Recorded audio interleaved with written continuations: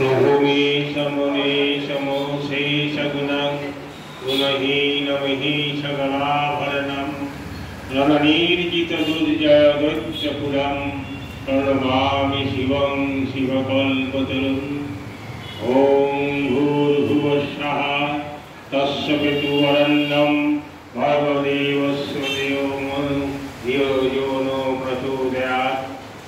আমরা এখানে মিলিত হয়েছি ফজলা পাঠচক্র।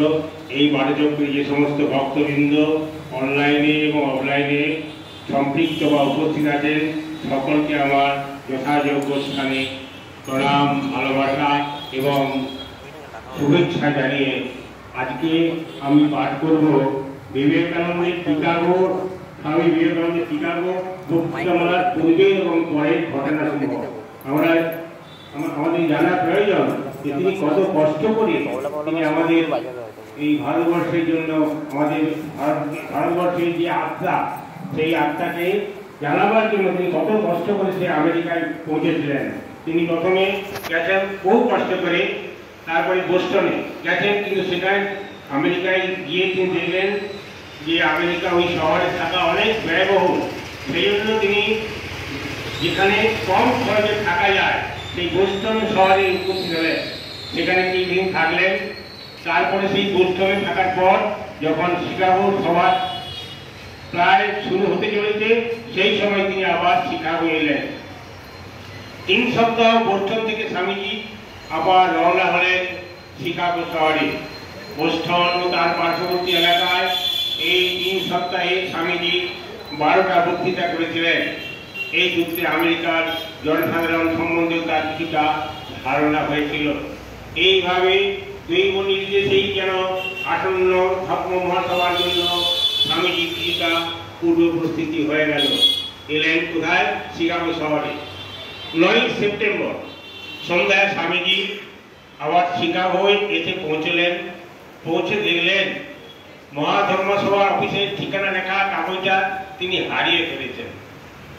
লোককে জিজ্ঞাসা করে ঠিকানা জানতে পারলেন না।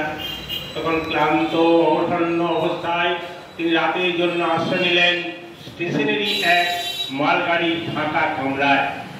পরদিন সকালে যখন তার ঘুম ভাঙল তখন তিনি অত্যন্ত ক্ষুধার্ত।